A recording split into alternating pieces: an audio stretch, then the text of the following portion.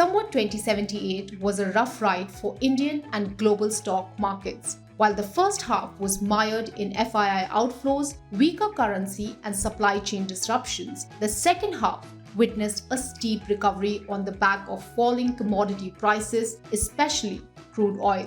Amid all this, Indian equities proved to be resilient, bolstered by healthy retail and HNI participation, which helped offset the large outflows from foreign portfolio investors. Overall, the S&P BSE Sensex and the Nifty 50 dipped a meager 1%, while the BSE Mid-Cap Index fell about 4%. The BSE Small Cap was the only outlier with 0.1% gain. Going ahead, analysts expect Samvat 2079 to bring in greater volatility, at least in the near future, on account of deterioration in global macros and uncertainties prevailing in Western economies. Few crucial factors which Samvat 2079 will inherit from Samvat 2078 are moving parts like inflation and interest rates in US. Whether it leads to a shallow recession or a slowdown, that's a monitorable which everyone in the market is monitoring. How the European nations' economies progress, that's also one of the monitorable. The Russia-Ukraine war, how it progresses or whether there is a resolution to it is important to also dictate the trend of commodity as well as the crude prices. Among domestic triggers, India's response to volatility in crude oil prices will be strongly eyed by market participants. The crude oil prices, because starting November onwards, we are going to see a cut of 20 lakh barrels per day from OPEC+. And if there is going to be economic recovery, then demand for crude is going to go up. Added with that, you will have the winter demand, because if winter is going to be severe, I think Western countries are going to be having a lot of demand for natural gas as well as crude oil. So crude oil prices, uncertainty as far as the geopolitical situation is concerned, are the two overhangs.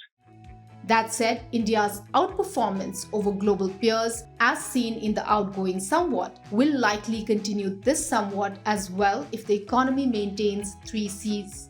Most likely, as we enter 2079, our market's outperformance against its global peers, which was a remarkable factor in the past few months, it is likely to sustain as fundamentals improve and profitability of the corporate sector also improve. My sense is that the 3 Cs will come to the picture. Very importantly, consumption, which is very strong right now. At least the discretionary luxury and consumption is extremely good. Second, we are seeing capex, brownfield and greenfield done by a lot of corporates which are operating at almost 100% capacity utilizations.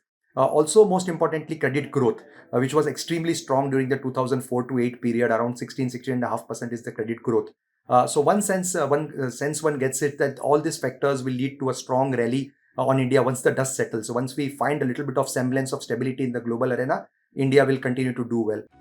Besides, the market's reaction to foreign portfolio capital flows as against retail investors, HNI and family offices trading activity will also sway the indices this year. Today, the Indian bourses will conduct the special 1-hour Muhurat trading on the occasion of Diwali. Normal trading will be conducted between 6:15 p.m. and 7:15 p.m. Trade modification post-close will be allowed till 7:25 p.m.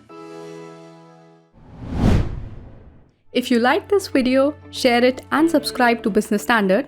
For more news, views and insights, log on to www.business-standard.com. Do also follow us on YouTube, Twitter, Facebook, Instagram, Telegram and LinkedIn.